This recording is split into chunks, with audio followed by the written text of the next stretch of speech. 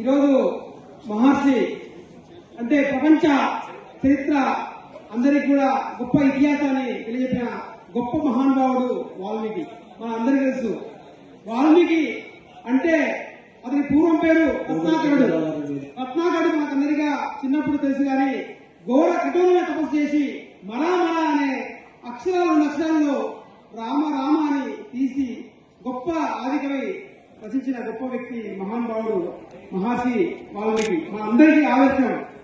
అందుకోసమే ఈరోజు మహర్షి వాల్మీకి జయంతి రోజు ఒక కులానికో ఒక వ్యక్తికో కాదు, యావత్ ప్రపంచానికి తెలియజేసిన గొప్ప ఈరోజు పండుగ వాతావరణం.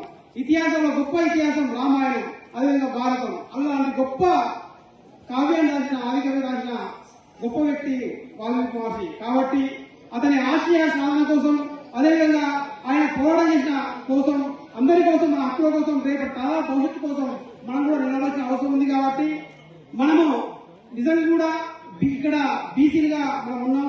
అది బీసీలు అంటే మోస్ట్ బ్యాక్వర్డ్ బీసీఏగా ఉన్నాం.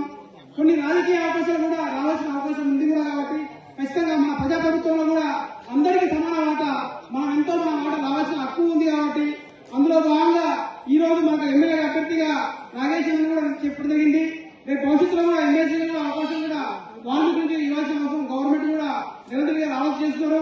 అదే రేపు ఎంపీ చెప్పి కూడా అవకాశం కూడా సమాన అవకాశం కూడా వచ్చే అవకాశం ఉంటుంది. కాబట్టి ఏఐసీసీ ఓబీసీ కూడా పూర్తి మద్దతు వాల్మీకి ఏ ప్రోగ్రాం కూడా ఖచ్చితంగా ఉంటామని చెప్పి చెప్తున్నాము.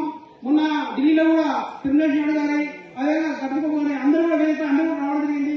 ఖచ్చితంగా మనం అందరం బీసీ అంటే ఒక కులం కాదు, క్లాసు. మనం బీసీ భావంతో ముందుకెళ్ళాలి. కాబట్టి మన అందరం ఏకతాటిపై ఉండాల్సిన అవసరం ఉంది. కాబట్టి ఈ వాల్మీకి జయంతి సందర్భంగా అందరినీ ఒక ఏకంగా కావాల్సిన అందరికీ నలుగురు వచ్చిన అందరికీ కూడా ప్రత్యేకత చెప్తున్నాం. జై వాల్మీకి, జై